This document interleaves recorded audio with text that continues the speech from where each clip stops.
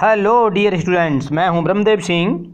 आज मैं आपसे फ्लेमिंगो का लास्ट लेसन गोइंग प्लेसेस के बारे में डिस्कस करूंगा और आज मैं इसकी संक्षिप्त समरी आपसे डिस्कस कर रहा हूं। लिखा गया है ये A.R. वार्टन द्वारा। इसमें इस स्टोरी में लेखक बताना चाहते हैं कि दो लड़कियां हैं, एक का नाम सोफ़ी है और एक का नाम जॉन्सी है। दोनों ये डिफरेंट इंटरेस्ट वाली हैं, दोनों अलग अलग हैबिट की हैं। सोफ़ी अपने रेवरीज में खोई रहती है, दिवा सपनों में खोई रहती है। अब जॉन्सी है वो प्रैक्टिकल लाइफ में, प्रैक्टिकल स्टाइल में वो बिलीव करती है। और मतलब इस तरह से दोनों में ही काफ़ी डिफरेंट होता है। देखिएगा, मैं कहानी शुरू करता हूँ। सोफ़ी और जॉन्सी दोनों ही काफ़ी क्लोज़ फ्रेंड हैं, बहुत ही क्लोज़ हैं, लेकिन दोनों की जो इंटरेस्ट हैं वो बिल्कुल अलग अलग हैं। सोफ़ी कभी ना पूर्ण होने वाली ऐसे स्वप्न सोचती है जिनको वास्तव में कभी पूरा नहीं किया जा सकता। वह एक प्रधानमंत्री बनना चाहती है, वह एक एक्ट्रेस बनना चाहती है, वह मुकेश अम्बानी जैसा पैसे वाली बनना चाहती है। मतलब जो कल्पना पूरी नहीं हो सकती। वह टाटा बिरला के समान पैसा रखना चाहती है, वह बुटीक खोलना चाहती है और उस बुटीक में बड़ा महंगी चीज़ें मतलब बेचा करेगी, ऐसा उसका स्वप्न है। और जबकि जो जॉन्सी है वो एक सामान्य और प्रैक्टिकल लाइफ में विश्वास करने वाली लड़की है। मतलब वो बिल्कुल सही है, समाज के हिसाब से चलने वाली है। वह जॉन्सी जो है वह समाज के हिसाब से चलने वाली लड़की है। वह कहती हैं कि हम लोगों को जो लिमिट है उस लिमिट को क्रॉस नहीं करना चाहिए। एक्चुअली ये जो लोग थीं दोनों ही एक बिस्किट फैक्ट्री में काम करने की चॉइस रखती हैं और उसमें इनका सिलेक्शन भी हो चुका है। सोफ़ी का भाई है एक जो किसी विद्यालय का स्टूडेंट रह चुका है और अब वो है विद्यालय छोड़ करके एक मोटरसाइकिल मैकेनिक के रूप में अप्रेंटिस कर रहा है। उसका नाम जियोफ है। वह बहुत कम बोलता है, बहुत ही कम बोलता है। यह आदत उसकी जो सिस्टर है सोफ़ी, जो बहुत ज़्यादा बाचाल है, स्वप्नों में खोई रहती है, उसे मतलब लिमिट से हटकर बात करने की आदत है। वह मतलब उसे इस चीज़ को पसंद नहीं करती है। वो को मेरा भाई कम बोलता है। वह बताती है कि वह एक दिन मतलब वो अपने भाई से कहती है कि वह एक दिन डैनी कैसी से मिल चुकी है। वह एक बहुत अच्छा फुटबॉलर प्लेयर है। यह बात जियोफ अपने पिता को बता देता है और हालांकि ये बात वो जानता था कि ये झूठ बोल रही है, लेकिन उसके पिता भी नहीं चाहते थे कि जो है सोफ़ी इस तरह की बातें बोले। तो जिस पर सुनकर के उसके पिता जो है थोड़ा विश्वास नहीं करते हैं और थोड़ा गुस्सा आता है कि ये जो है कहती है ये सब बातें झूठी हैं। और वो ये भी कहते हैं कि सोफ़ी केवल झूठी दुनिया में रहती है, उसे ये बातें नहीं करनी चाहिए।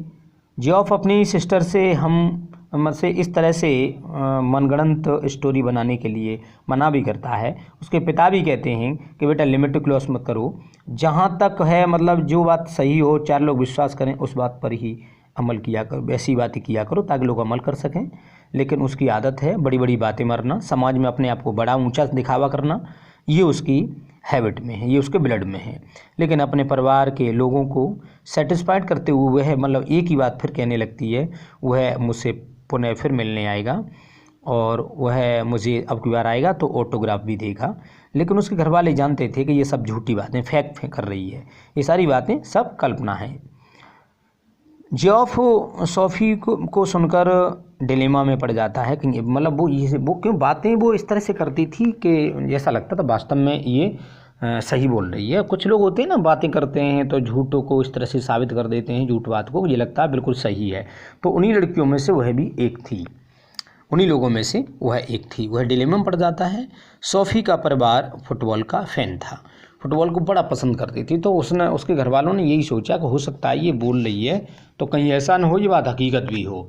लेकिन ये बात मतलब ऊपर से ही तो समझ रहे थे, लेकिन वो समझते सब थे कि ये बात झूठ है। और अब ऐसा हुआ कि सैटरडे को मैच होना था। उन्होंने, उसके परिवार वालों ने यूनाइटेड मैच देखने का अपना साप्ताहिक कार्यक्रम बनाया। सोफ़ी और उसका पिता और उसका छोटा डेरिक नीचे गोल के पास चले गए। जियोफ सादा, मतलब वो जियोफ सदा की तरह से, जैसे पहले की तरह से अपने मित्रों के साथ ऊपर की ओर चला गया। यूनाइटेड 2-0 से जीत गया। और जो कैसी दूसरे गोल की तरफ बढ़ा तो आयरिश महानता और मासूमियत के साथ पेनल्टी क्षेत्र के किनारे पर खड़े 2 बड़े रक्षकों की तरफ जाते हुए उसके पिता के पास देने के लिए चीखने के साथ, है ना, और 12 गज दूर भ्रमित गोल रक्षक को मात देकर गोल कर दिया। सोफ़ी गर्व से चमक उठी, उसने सोचा जीत गया, है ना। इसके बाद जियोफ भी परम आनंद से भर उठा। अब सोफ़ी का परिवार पूरा ही झूम उठता है इस खुशी पर। यहीं पर सोफ़ी ने डैनी कैसी को सब की तरह खेलते हुए देखा था पहली बार, काफ़ी दूर से, वो भी मतलब वास्तव में इससे पहले उसने देखा तक नहीं था, लेकिन कहती सबसे ये थी कि वह उनसे मिल चुकी है, उससे बातचीत कर चुकी है। तो जैंसी को भी सोफ़ी तथा डैनी कैसी की मुलाकात के बारे में पता लग जाता है। तो जैंसी बड़ा ताज्जुब करती है कि ये बात क्या सही है। तब वह भी सोफ़ी के पास आती है रियलिटी जानने के लिए। इस बात पर ये सोफ़ी जो है जियो पर गुस्सा करती है कि आप ये बताइए भैया कि आपने ये उस जैंसी को क्यों बता दिया, है ना, वो एक अच्छी लड़की नहीं है, वो सब कुछ इधर उधर करने वाली है। मतलब इस पर जियो से बड़ा गुस्सा होती है। तो हालांकि गुस्सा होने वाली कोई बात नहीं थी, लेकिन जैंसी कहती है कि वह किसी से यह बात शेयर नहीं करेगी। और एक फ्रेंडशिप वाली बात है, हम ऐसे नहीं हैं, हम आपकी बात को किसी से कहेंगे नहीं, आप बिल्कुल डोंट वरी। जैसे ही अंधेरा होता है तभी सोफ़ी घर से बाहर जाती है, मतलब केवल दिखावा करने के, बट नॉट रियलिटी। और एक ट्री के नीचे एक बेंच पर बैठ जाती है, मतलब ऐसे बैठ जाती है मानो डैनी कैसी का वेट कर रही हो, और वहाँ वो वेट करती रहती है।